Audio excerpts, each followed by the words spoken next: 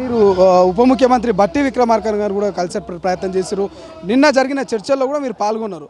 So ఏమన్నారు బట్టి విక్రమార్క గారు, మీతో ఏం మాట్లాడారు? అదే సార్, మేము గ్రూప్ 2 గ్రూప్ 3 పోస్టులు పెంచి ఎగ్జామ్ పెట్టమని so sir TGPSC Mahender Reddy సార్తో మాట్లాడారు.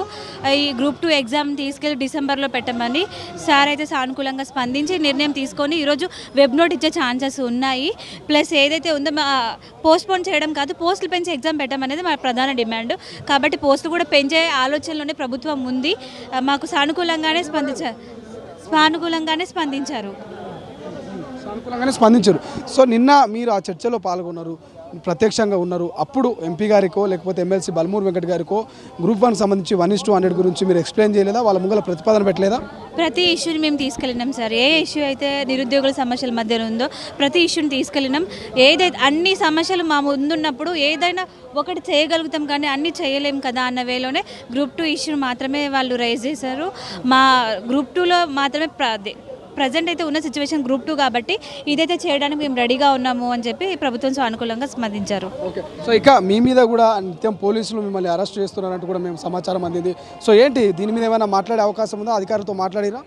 దీని మీద నేను ఇంకా అంటే వాళ్ళ ఇష్యూ మాట్లాడదాం అనుకున్న సార్తో, బట్ మాట్లాడే ఛాన్స్ దొరకలేదు.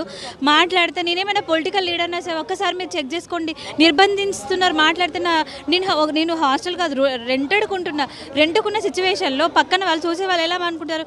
నేనేమైనా తప్పు చేస్తే మీరు కనీసం నాకు ఇన్ఫర్మేషన్ ఇవ్వండి. నేను అవైలబుల్గా నిత్యం 24 hours అవైలబుల్గా ఉంటా. ఫోన్ లిఫ్ట్ చేయకపోతే డైరెక్ట్గా వచ్చేస్తారా సార్? ఎలా నిర్బంధిస్తారు? నిజంగా అమ్మాయి ఆ ధర్నాలో పార్టిసిపేట్ చేసేదా లేదా, ఆ రోజు ధర్నా ఉందా లేదా, క్లియరెన్స్ తీసుకోకుండా అనవసరంగా నన్ను ఇలా ట్రీట్ చేస్తే ఎట్లా? కరెక్ట్ కాదు కదా. నేను ప్రభుత్వాన్ని ఒకటే కోరుకుంటున్నా, నేను ఒక అమ్మాయిని చదువుకోవడానికి వచ్చిన ఆస్పిరెంట్ని ప్రిపేర్ అవుతున్నా. దయచేసి మీరు ఆలోచించండి.